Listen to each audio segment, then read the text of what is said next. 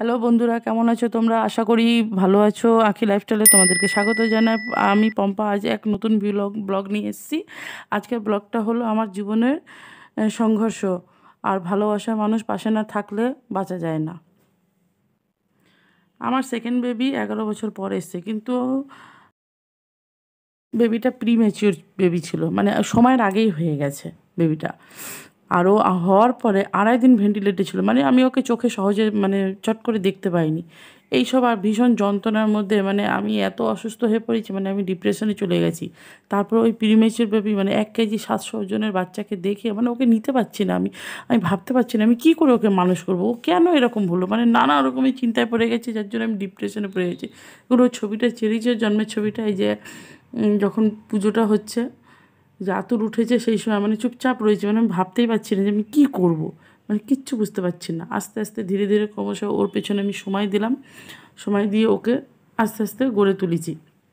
স্বাভাবিক হয়েছে 6 মাসে ওকে আমি দিয়ে দিয়েছি মুখে প্রসাদ দিয়েছি, কেন আমাদের মধ্যে অন্নপ্রাশন নেই। ওকে মুখে প্রসাদটা তাড়াতাড়ি, সেখানে ও দেখি ওর গ্রোথটা তাড়াতাড়ি হচ্ছে, যেহেতু ওকে আমি ভীষণভাবে যত্ন করেছি। ওই যে ওর মামা ওকে মুখে প্রসাদ খাওয়াচ্ছে, সেই সময় মামা এসেছিলো। মুখে প্রসাদটা হয়ে যাওয়ার পর বেশ ক্রমশ ভালোভাবে দিন যাচ্ছিলো। আমি ভীষণ হ্যাপি যে যাক সব কিছু ঠিকঠাক হচ্ছে। 6 নভেম্বর 2021 ভাইফোঁটা। সেই দিন আমি ভীষণ আনন্দেই ছিলাম, মনে করছি আজকের দিনে আমি ভাইফোঁটা যাবো, কারণ আমি অনেক দিন বেবি হওয়ার আগের থেকে আমি কোথাও যেতাম না, কেন কি সেই সময় করোনা ছিল।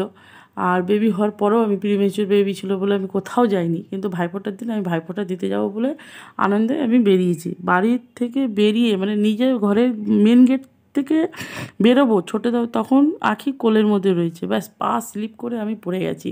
মানে এমনভাবে পড়ছিলাম যে মনে হচ্ছিল মাজা দিয়ে আমার পুরোটাই মানে ভেঙে যেত, কিন্তু যাই হোক পার ওপরে প্রেশার দিচ্ছি, পাটা আমার ভেঙে গেছে। মানে সেই সময় ভেঙে যাওয়ার পর আমি আবার ডিপ্রেশনে চলে যাচ্ছি। তখন ভাবতে পারছি না যে আমি কী করব এই ছোট বাচ্চা নিয়ে। মানে সেই সময় মানে বাচ্চার আমি তো ভাবছি আর জীবনে কোনোদিন হাঁটতেই পারবো না, বাঁচতেই পারবো না।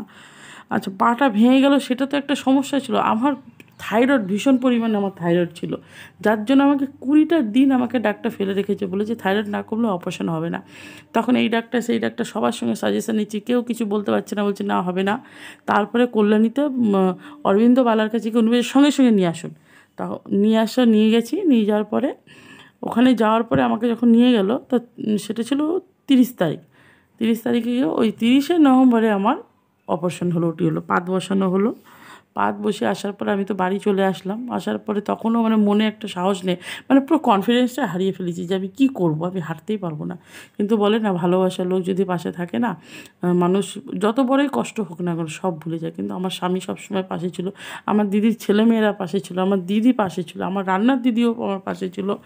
আমার দিদির মেয়ে তো সারাক্ষণ ছোটোটাকে যত্ন করতো, আমার নিজের বড় মেয়েও ওকে যত্ন করতো, মানে ওরাই ওর মা হয়ে গেছিলো সেই সময়। তখন আমি তাও মনের মধ্যে জোর পেতাম না যে আমি কোনোদিন হাঁটতে পারবো, কিন্তু আমার হাজব্যান্ড সবসময় বলতো তুমি পারবে, তুমি চাইলে সব কিছু পারবে, তুমি চাইলে সব কিছু। ও বারবার শুধু একটা কথাই আমাকে বলতো। ও আমাকে অপারেশন হওয়ার পরে 1.5 মাস পর আমাকে হাত ধরে আমাকে বলছে তুমি আমার হাত ধরো, ধরে দাঁড়াও।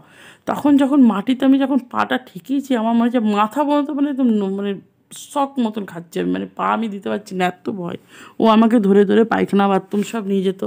মানে ও আমাকে যথেষ্ট পরিমাণে সেবা করেছে, যেই সেবাটা করা উচিত বউদের সেই সেবা ও আমাকে করেছে, করে আমাকে 3 মাসের মধ্যে সারিয়ে তুলেছে। মানে আমি 1.5-2 মাসের পরের থেকে আমি হাঁটা শুরু করে দিয়েছি। বাচ্চাদের পেছনে সময় দিতে পারি না, সময় দিয়ে ওদেরকে তো আমি ছোটোটাকে তো কোলে নিতে পারি না সেভাবে। এখনও হাঁটি, কিন্তু একা একা কোথাও যাওয়ার সাহস পাই না, কারণ একটা মনের মধ্যে কোথাও না কোথাও একটা দাগ কেটে গেছে যে হয়তো বেরোলেই হয়তো আমি পড়ে যাব, পা ভেঙে যাবে। তা আমার জামাইবাবু আমাদেরকে জোর করে একটু মায়াপুরে নিয়ে গেছে, বলছে চলো আমি যাচ্ছি তো তুমি চলো, যে আমি রয়েছি তোমার ভয় নেই। তখন আমাকে প্রথম মানে 3 বছর পর প্রথম আমি মায়াপুর গিয়ে ঘুরে এসেছি।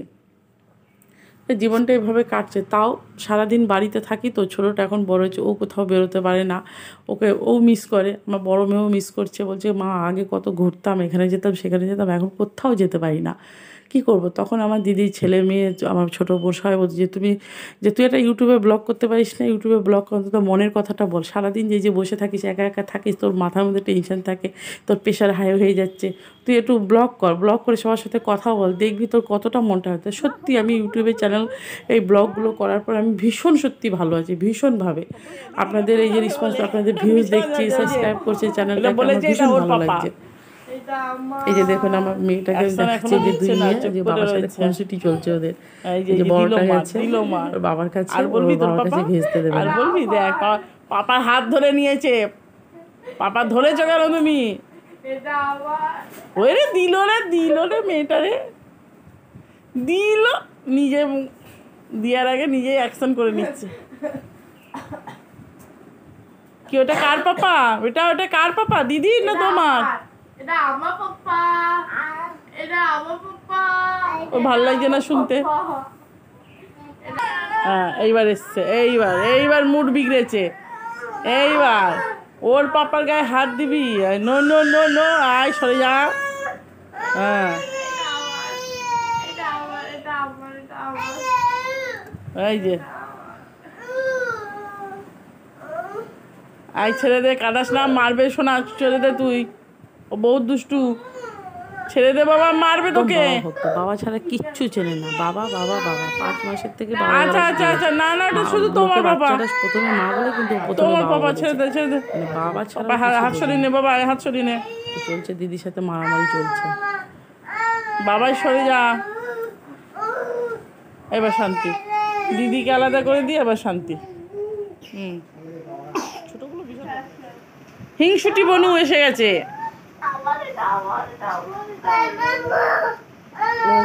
বাবা ডাক্তারের কাছে গেছিলাম কালকে, কেন পায়ে হঠাৎ করে ব্যথা করছে, এত ব্যথা হচ্ছে যে গায়ে জ্বর চলে আসছে। তা ডাক্তারকে দেখিয়েছি, যে যাচ্ছি আমরা সবাই। তো ডাক্তার বললো আমার বাচ্চাকে বার করে নিতে হবে, কিন্তু আবার টেনশনে পড়ে গেছে, আমি কি করব কিছু বুঝতে পারছি না। এখনও মেয়েটা তো খুব দুরন্ত হয়ে। আপনাদের কাছে অনুরোধ যে আপনারা আমার পাশে থাকবেন, অন্তত এই ভিডিওর সাহায্যে, আপনাদের কমেন্টে সাহায্যে আমি আপনাদেরকে মনে করবো যে না, আমি একা নেই, আমার পাশে কেউ আছে। আপনাদের ভালোবাসায় আমি তাড়াতাড়ি সুস্থ হয়ে উঠবো, তাই এই ব্লগটা বানানো। আমার ব্লগটা যদি আপনাদের ভালো লাগে তো প্লিজ আমার চ্যানেলটাকে সাবস্ক্রাইব করবেন, লাইক কমেন্ট করতে ভুলবেন না। কিন্তু নেক্সট ব্লগে আমি আপনাদেরকে জানাবো যে আমার প্রিমেচুর বেবি কেন হলো, আর কেনই বা আমি ডিপ্রেশনে চলে গেলাম। তার জন্য আপনারা আমার নেক্সট ভিডিওটাকে দেখতে ভুলবেন না। যারা আমার চ্যানেলটাকে সাবস্ক্রাইব করেনি তারা প্লিজ আমার চ্যানেলটাকে সাবস্ক্রাইব করে দেবেন। আখিকে নিয়ে কিছু শর্টস ভিডিও করেছি, দেখবেন, আপনারা এনজয় করবেন, ভালো লাগবে।